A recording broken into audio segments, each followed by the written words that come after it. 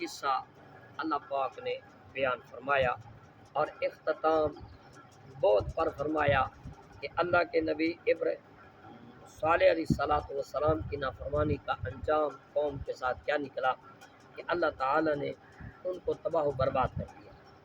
اللہ کے انبیاء کی نافرمانی اس دنیا میں سب سے بڑی تابعداری ہے اور کامیابی کا زینہ اللہ کے انبیاء کے طریقوں پر چلنے میں ہے۔ آج کی آیت مطالعہ شروع کرتے ہیں۔ آج کی آیت مطالعہ میں اللہ تعالیٰ نے ابراہیم علیہ الصلوۃ والسلام کا قصہ شروع فرمایا اور اس ضمن میں لوط علیہ الصلوۃ والسلام کا قصہ بھی آئے گا۔ یہ اس صورت کے حوالے سے چوتھا قصہ ہے، چوتھا واقعہ ہے جس کا ذکر اللہ پاک فرمایا۔ اللہ پاک فرمایا وَلَقَدْ جَاءَتْ رُسُلُنَا ابراہیم۔ اللہ پاک فرمایا بے شک ہمارے فرشتے ابراہیم علیہ الصلوۃ والسلام کے پاس آئے، بالبشرا خوشخبری دینے آئے، خوشخبری دینے آئے۔ خوشخبری کس چیز کی تھی؟ خوشخبری آپ کو حضرت اسحاق علیہ الصلوۃ والسلام کی دینے ہیں، انشاءاللہ وہ کل ذکر کرے گا۔ بالبشرا قالوا سلاما۔ اب آنے والے نبی، آنے والے فرشتے کون تھے، ان کے بارے میں مختلف اقوال ہیں۔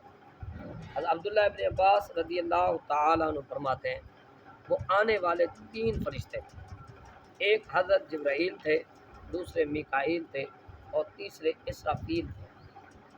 بعض صحابہ نے فرمایا، انہوں نے کہا وہ 3 جبرائیل، میکائیل اور اسرائیل آئے تھے۔ بعضوں نے فرمایا ان کی تعداد 9 تھی۔ بعض اصحاب نے فرمایا کہ ان کی تعداد 12 تھی۔ بعض اصحاب نے فرمایا ان کی تعداد 40 تھی، یعنی مختلف اقوال ہیں۔ اور آئے کیوں تھے؟ آئے کیوں تھے؟ بعض روایات میں ہے کہ وہ حضرت اسحاق اور یعقوب کی جو ہے خوشخبری دینے آئے تھے، اور یہ قریب تر ہے کیونکہ قرآن کا کلام بھی یہی ہے۔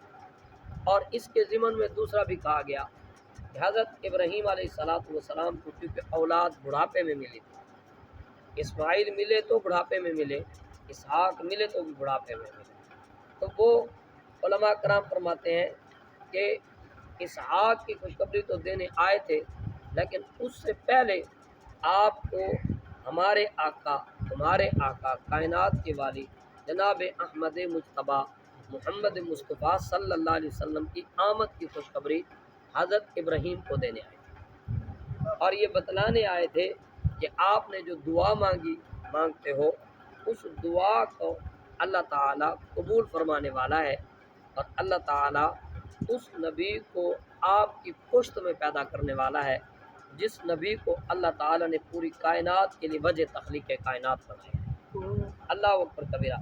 یعنی اس سے پتہ چلا رسول اللہ صلی اللہ علیہ وسلم کی آمد کی خوشخبری دینا، سونے اور توجہ رکھو، آج غالباً شاید ربیع الاول شریف شاید نہیں لگا، آج اول ہے، جو آج ربیع الاول شریف کی، چلو نہیں لگا یا لگ گیا جناب، چلا گا یا نہیں لگا اس کو چھوڑ دیں جناب۔ ربیع الاول شریف آیا چاہتا ہے اور اس کی خوشخبری دینا، آقا کی آمد کی خوشخبری دینا، یہ تیرا میرا طریقہ نہیں۔ اللہ کے ملائکہ بھی آئے اور ابراہیم علیہ الصلوۃ والسلام کی میرے آقا آمد کی خوشخبری دے۔ اللہ اکبر کبیرہ۔ اب جب فرشتے حضرت ابراہیم علیہ الصلوۃ والسلام کے پاس آئے تو وہ صورت انسانی میں آئے، صورت انسانی میں آئے، تو اس سے اس بات کا بھی عقدہ حل ہو گیا جو لوگ کہتے ہیں کہ رسول اللہ صلی اللہ علیہ وسلم صرف محض بشر ہیں ہم جیسے، تو ان کو جواب ہے کہ جبریل علیہ الصلوۃ والسلام اگر مرد کی صورت میں آ کر مریم پاک کو بیٹا دے جاتے ہیں اور مرد کی شکل میں آ کر حضرت ابراہیم کے پاس آتے ہیں، تو پھر مرد کی صورت میں آ کر میرے آقا کی بارگاہ میں آ سکتے ہیں، تو پھر مرد کی شکل میں، بشر کی شکل میں بن کر آمنہ کا لال بھی آ سکتا ہے۔ بھیجنے والا اللہ ہے، اعتراض ہی ختم ہو جاتا ہے۔ ایسے جب آپ کے پاس آئے بالبشرا، انہوں نے آ کے خوشخبری سنائی۔ اب جب آئے تو پہلا کلمہ جو ان کا تھا، آج اسی پہ بات ہے ہماری، وہ کہنے لگے قالو سلاما، انہوں نے سلام کہا، انہوں نے کیا کہا جی؟ سلام کہا۔ قال سلام، اور ابراہیم علیہ السلام نے بھی ان کو سلام کہا۔ اس ضمن میں آج ہم یہ سیکھیں گے کہ سلام کے الفاظ کتنے ہیں، سلام کا جواب کیسے دینا ہے، مہمان نوازی کیا چیز ہے، اور سلام کن کو کرنا مکروہ ہے، کن کو سلام کرنا منع ہے، اور سلام کے آداب کیا ہے۔ لفظ پہلے تو سلام کیا ہے؟ سلام علماء کرام فرماتے ہیں اللہ کا نام ہے۔ سلام کیا ہے؟ صحیح اللہ کا نام ہے، یعنی بندہ کہتا ہے سلام علیکم، لفظ دو تین قسم کے استعمال ہو سکتے ہیں، سلام علیکم، السلام علیکم، اور سلام علیکم، سلام علیکم۔ السلام علیکم یہ کوئی لفظ نہیں، یہ بد دعا ہے، ہلاک ہو جائے۔ تو لہذا جب بھی سلام کریں تو میرے آقا کی سنت پاک یہ ہے کہ سرکار فرمایا السلام علیکم ورحمۃ اللہ وبرکاتہ۔ سلام کرنا سنت ہے اور سلام کا جواب دینا واجب ہے۔ سلام کرنا سنت ہے اور سلام کا جواب دینا واجب ہے۔ اور سلام علیکم، سلام علیکہ، واحد اکیلا تو سلام علیکہ کہنا بھی جائز ہے، لیکن فرشتوں کی نیت بندہ ساتھ کرے اور پھر السلام علیکم جمع کا جگہ استعمال کرے تاکہ بندے کو بھی سلام ہو اور فرشتوں کو بھی سلام ہو۔ اللہ اکبر کبیرہ۔ اب سلام کرنا میرے آقا صلی اللہ علیہ وسلم کی حدیث پاک ہے، عبداللہ ابن عباس کے بعد ایک شخص بیٹھا ہوا تھا، تو ایک شخص نے آ کر سلام کیا، اس نے کہا السلام علیکم ورحمۃ اللہ وبرکاتہ۔ تو اس کے ساتھ جو جواب میں جو شخص بیٹھا تھا آپ کے ساتھ، اس نے کہا وعلیکم السلام ورحمۃ اللہ وبرکاتہ ومغفرت۔ تو حضرت عبداللہ ابن عباس نے فرمایا تو نے کیا کہا؟ ساری توجہ سے تو نے کیا کہا؟ اس نے کہا جی میں نے ایسے سلام کا جواب دیا۔ آپ نے فرمایا بس ورحمۃ اللہ وبرکاتہ تک سلام ہے، وبرکاتہ تک سلام ہے۔ اور سلام کے آداب کیا ہیں؟ آقا صلی اللہ علیہ وسلم نے فرمایا سوار پیدل کو سلام کرے۔ اب یہ عزت اور تکریم کا زینہ دیکھیے، فرمایا سوار جو ہے پیدل کو سلام کرے، چلتا ہوا بیٹھے کو سلام کرے، اور آنے والا جماعت کو سلام کرے۔ اور ادب یہ ہے کہ سلام کا اگر ایک سلام کرے جماعت پوری ہو، ایک سلام کر دے جائز ہے۔ 10 آدمی ہیں ان میں سے ایک نے بیٹھے ہوئے لوگ کہا السلام علیکم تو سب کی طرف سے وہ کافی ہے، اور بیٹھے ہوئے میں سے پوری جماعت میں سے کسی ایک نے کہہ دیا وعلیکم السلام تو اس کا جواب بھی سب کی طرف سے ہوگا۔ اب جو جوا کھیل رہا ہو، یعنی ہر غیر شرعی کام کرنے والا، موٹی بات آپ کو، ہر غیر شرعی کام کرنے والا، کبوتر اڑانے والا، شطرنج، جوا، لڈو اور اسی طرح کے جتنے غیر شرعی کام ہیں، بلیٹ کھیلنے والا، ایسے سنوکر کھیلنے والا، انڈے والی گیم کھیلنے والا، اسی طرح جو غیر شرعی کام کر رہا ہو اس کو سلام کرنا جائز نہیں ہے۔ اور سلام کرنا میرے آقا صلی اللہ علیہ وسلم کی سنت مطہرہ، آقا دو عالم نور مجسم صلی اللہ علیہ وسلم نے فرمایا، ذرا اونچا تو کہو سبحان اللہ۔ سرکار نے فرمایا ایک مسلمان کے دوسرے مسلمان پر 5 حقوق ہیں، ایک مسلمان کے دوسرے مسلمان پر 5 حق واجب ہیں، 5 چیزیں اس پر واجب ہیں۔ کیا؟ فرمایا سلام کا جواب دینا مسلمان پر واجب ہے۔ دوسرا فرمایا جب کوئی مسلمان چھینک لے تو یرحمک اللہ، کیا کہنا سی؟ یرحمک اللہ کہنا، یہ بھی واجب ہے۔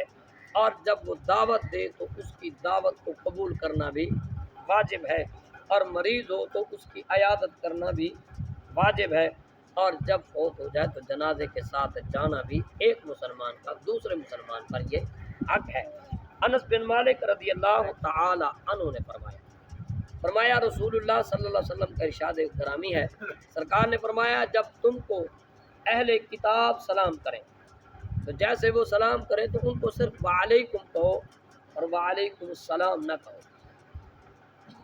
جب وہ اہل کتاب یہود و نصارہ کو کہتے ہیں، یہودی اور عیسائیوں کو، جب تمہیں وہ سلام کریں تو انہیں تم پھر وعلیکم السلام نہ کہو بلکہ ان کو وعلیکم کہو، بس اس سے اوپر نہ کہو۔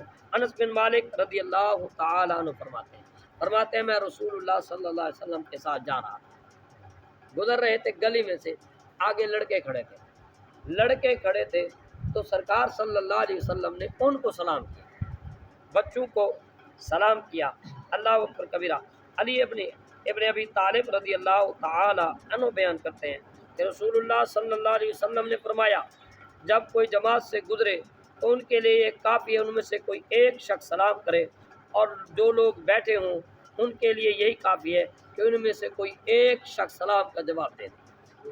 اللہ اکبر کبیرہ۔ اسی طرح عورتوں کو سلام کرنے میں اختلاف ہے، عورتوں کو سلام کرنے میں اختلاف ہے۔ علماء کرام فرماتے ہیں اگر عورت محرم ہو، محرم وہ ہوتی ہے جس کے ساتھ نکاح نہیں ہو سکتا، اس کو تو سلام کرنا جائز ہے، اور غیر محرم عورت، نامحرم عورت جو جس سے نکاح ہو سکتا ہے، اگر وہ جوان ہو تو ان کو فتنے کے ڈر سے سلام نہیں کرنا چاہیے۔ اگر اجتماعی طور پہ عورتیں بیٹھی ہوں جن میں مرد، جن میں بوڑھی جوان سب ہوں، تو پھر آقا صلی اللہ علیہ وسلم کی حدیث پاک ہے، سرکار صلی اللہ علیہ وسلم مسجد پاک کے قریب سے گزرے، وہاں عورتیں جمع تھیں، یعنی مختلف عمر کی جمع تھیں، تو آقا صلی اللہ علیہ وسلم نے ان کو سلام کیا۔ جب اجتماعی طور پہ عورتیں بیٹھی ہوں تو پھر ان کی دیکھے بغیر ان کی طرف سلام کر دینا، یہ میرے آقا صلی اللہ علیہ وسلم کی سنت پاک ہے۔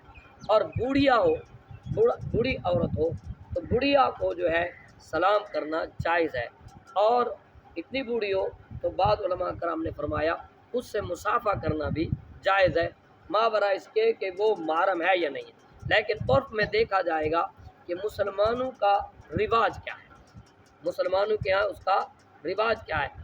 اگر ان کے ہاں سلام کرنے کا رواج ہے، بوڑھی عورتوں کہہ رہا ہوں، پوری مصافحہ کرنے کا رواج ہے تو کیا جائے گا، اور فتنے کا محل ہو، ڈر کا محل ہو، خوف کا محل ہو یا فساد کا محل ہو، موقع ہو، تو پھر ایسی جگہ بہتر یہی ہے منہ سے سلام بوڑھی کو کیا جائے گا لیکن اس سے مصافحہ نہیں کیا جائے گا۔ اللہ اکبر کبیرہ۔ تو جب آئے حضرت ابراہیم علیہ السلام کے پاس فرشتے تو کہنے لگے قالوا سلاما، صرف لفظ سلام کہنا بھی جائز ہے، لیکن افضل ترین یہ ہے کہ السلام علیکہ کہو یا السلام علیکم، اور ان میں بھی السلام علیکم فضیلت۔ اب اس کا معنی ایک یہ ہے کہ یہ جو ہے ایک دعا ہے، اور دوسرا اس کا معنی یہ ہے کہ سلام ایک اللہ کا نام ہے، لہذا اللہ کے نام سے ابتدا کرو اور اللہ کے نام پہ اختتام کرو۔ سلام اللہ کا نام ہے، اور دوسرا سلام کا معنی ہے سلامتی، توجہ کہنے آتا پوچھا تو کہو سبحان اللہ۔ دوسرا معنی ہے اس کا سلامتی، یعنی کہنے والا کہتا ہے السلام علیکم ورحمۃ اللہ وبرکاتہ، تجھ پر سلامتی ہو، اللہ کی رحمت ہو اور برکت ہو۔ بدلے میں وہ بھی کہتا ہے کہ تجھ کو سلام ہو، تجھ پر سلامتی ہو۔ تو یہ ایک ایسی دعا ہے جو ایک دوسرے کے لیے سب سے بہترین خیر خواہی ہے۔ اللہ اکبر کبیرہ۔ اس آیت کا دوسرا حصہ ہے کہ حضرت ابراہیم علیہ السلام بہت مہمان نواز تھے، اتنے مہمان نواز تھے کہ حضرت ابراہیم علیہ السلام کھانا نہیں کھاتے تھے جب تک کسی مہمان کو نہیں لیتے، اور آپ ہی علماء کرام نے فرمایا آپ ہی وہ پہلے بندے ہیں جنہوں نے مہمان نوازی کی، اور مہمان نوازی کتنی ہے کیا ہے یہ ابھی پڑھتے ہیں۔ جب وہ آئے تو کہو ذرا سبحان اللہ، انہوں نے کہا قالوا سلاما، آپ نے بھی فرمایا قال السلام، تم پر بھی سلام کیوں۔ فما لبثا، بس ابراہیم علیہ السلام ٹھہرے نہیں بلکہ جلدی کی، اور جا کے ان جاء بعجل حنیذ، ان کے سامنے ایک بھنا ہوا بچڑا لے کر رکھ دیا۔ کل آئے گا کہ آگے کے کیا واقعات ہے۔ اب پڑھتے ہیں کہ مہمان نوازی کب ہے اور مہمان نوازی کی قدر و قیمت کیا ہے، ذرا کہیے اب سبحان اللہ۔ آقا دو عالم نور مجسم صلی اللہ علیہ وسلم کی حدیث مبارک ہے، ابو شریح العدوی رضی اللہ تعالیٰ بیان کرتے ہیں کہ میرے کانوں نے سنا اور میرے آنکھوں نے دیکھا جب رسول اللہ صلی اللہ علیہ وسلم نے یہ فرمایا جو شخص اللہ پر اور آخرت پر ایمان رکھتا ہو اسے چاہیے کہ وہ مہمان کی تکریم کرے، مہمان کی عزت کرے اور اس کو جائزہ دے۔ صحابہ نے پوچھا یا رسول اللہ صلی اللہ علیہ وسلم جائزہ کیا ہے؟ فرمایا ایک دن اور ایک رات۔ کیا فرمایا صحیح؟ ایک دن اور ایک رات، فرمایا اس کی زیادہ خاطر مدارت کرے، یعنی ایک دن اور ایک رات تک اس کی روٹین سے ہٹ کر زیادہ خاطر و مدارت کرے، اور فرمایا 3 دن تک اس کی ضیافت کرے یعنی کھانا کھلائے، اور اس سے زیادہ دن اس کی طرف صدقہ کرے، یہ جائزہ ہے۔ اور جو شخص اللہ اور قیامت پر ایمان رکھتا ہو اسے چاہیے کہ یا تو وہ اچھی بات کرے نہیں تو وہ خاموش رہے۔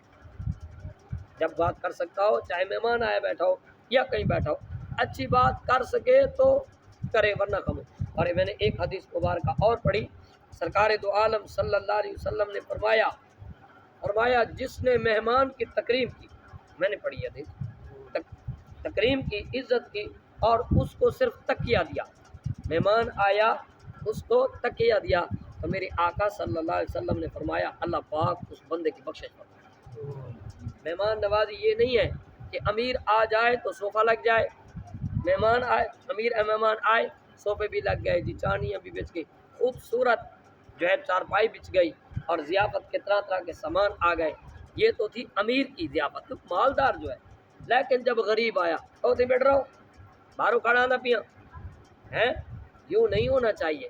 امیر اور غریب میں یہ تفاوت نہیں ہونی چاہیے۔ امیر آئے تو حق یہی ہے کہ اس کی بھی ضیافت کی جائے، غریب آئے تو بھی اس کی ضیافت کی جائے، اور غریب کی ضیافت کرنے میں تیرے لیے بھلائی ہے، کیونکہ وہ تجھے دعا دے گا۔ اللہ اکبر کبیرہ۔ میرے آقا دو عالم نور مجسم صلی اللہ علیہ وسلم کا فرمان مبارک ہے، سرکار نے فرمایا مہمان نوازی 3 دن ہے اور جائزہ خاتم مدارت 1 دن ہے، اور کسی مسلمان کے لیے جائز نہیں کہ وہ اپنے بھائی کے پاس اتنے دن قیام کرے کہ اس کو گناہ میں مبتلا کر دے، یعنی جو مہمان آئے وہ بھی خیال رکھے، ایسا نہ ہو کہ اب مہمان آیا ہے اس کو تو کھلانا پلانا ہے، پھر ایسا نہ ہو کہ بندہ چوری کرتا پھرے، بندہ ڈاکے مارتا پھرے، یا بندہ اس کی وجہ سے پریشانی میں مبتلا ہو جائے، گناہ میں مبتلا ہو جائے، تو فرمایا یہ اس کے لیے جائز نہیں کہ وہ 3 دن سے زیادہ اس کے پاس رہے۔ آخری حدیث مبارکہ ذرا کہیے سبحان اللہ۔ عقبہ بن عامر رضی اللہ تعالی عنہ بیان کرتے ہیں کہ میں نے رسول اللہ صلی اللہ علیہ وسلم سے عرض کی آپ ہمیں مختلف مہمات پر مختلف جگہوں پر بھیجتے ہیں، ہمیں بعض اوقات ایسے لوگوں کے پاس قیام کرنا پڑتا ہے جو ہماری ضیافت نہیں کرتے، اس کی صورت میں آپ کا کیا حکم ہے؟ تب رسول اللہ صلی اللہ علیہ وسلم نے فرمایا اگر تم لوگوں کے پاس جاؤ اور وہ تمہاری معمول کے مطابق مہمان نوازی کرے تو ٹھیک ہے، ورنہ وہ ایسا نہ کرے تو ان سے اس قدر وصول کر لو جتنا مہمان کا میزبان پر حق ہوتا ہے۔ اللہ اکبر کبیرہ۔ اور ابو کریمہ رضی اللہ تعالیٰ عنہ بیان کرتے ہیں کہ رسول اللہ صلی اللہ